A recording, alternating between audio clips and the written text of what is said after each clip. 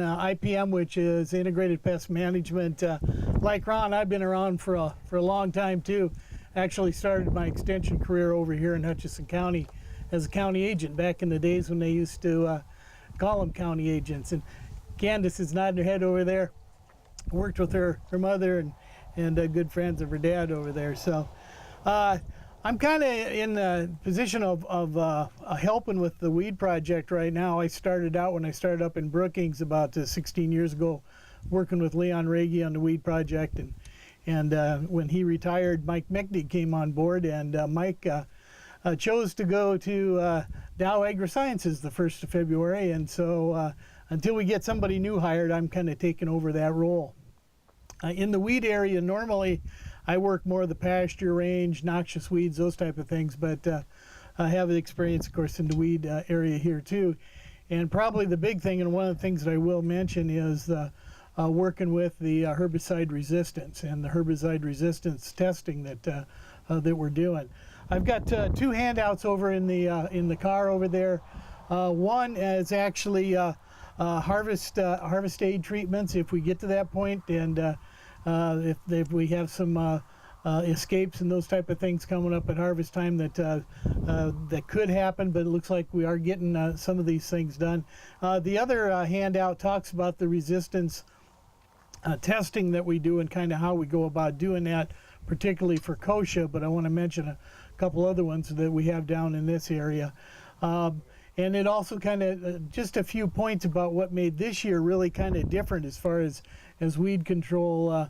The wheat, the winter wheat, of course, we've already kind of alluded that it in a lot of cases didn't quite tiller, particularly west of here like it had. And in a lot of cases, we always hope for that tillering to take place. We get canopy, and a lot of times that takes care of any weed issues that we might have for the most part, with winter wheat, except for maybe we got a little bit of cheatgrass down here. We do those cheatgrass treatments. I will mention this 2013 crop protection guide is in the back of the van over here and over in the car. That's a little different from our herbicide guides and fungicide guides and so on that we've put out in the past. We put everything all together in one book, and I'd encourage everybody to grab one of those and take it today as we got them offered. If you go on iGrow or kind of go through the natural means of getting things now in extension, we kind of alluded that we're supposed to charge for everything.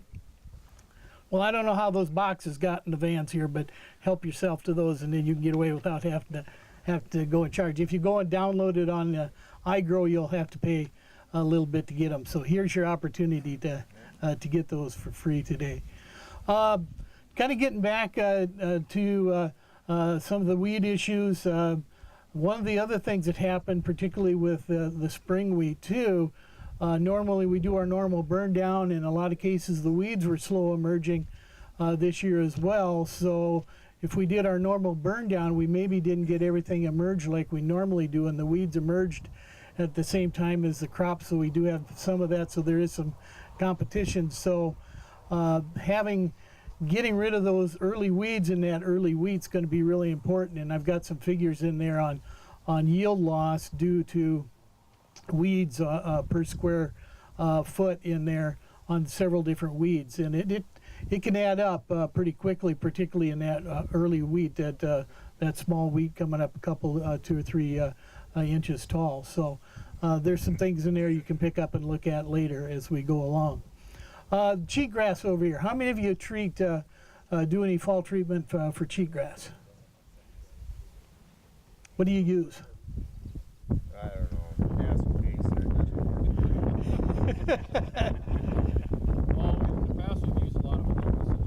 Okay, in the fall. And what's our big dilemma over here on cheatgrass treatments? It don't work out. Part of the time is if you go to spring treatments, it's not as effective. And the big thing over here where we're rotating the corn, how many products have we got we can rotate the corn the next year?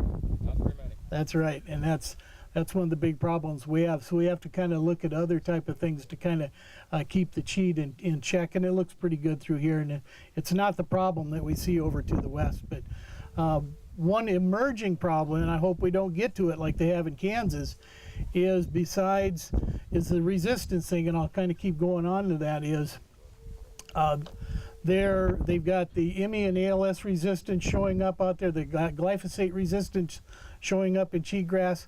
And if you take all those chemistries out, what's that leave you for treatments? Nothing.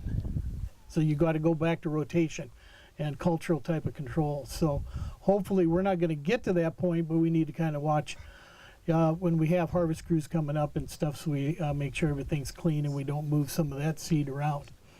Other issues as far as the resistance. The handout I got in there, we're talking about kochia resistance. That isn't as big a player here as it is north of here, but the kochia resistance line is kind of going in a corridor from here on the other side of the river and this side a few counties in and all the way up into North Dakota. And it's a problem.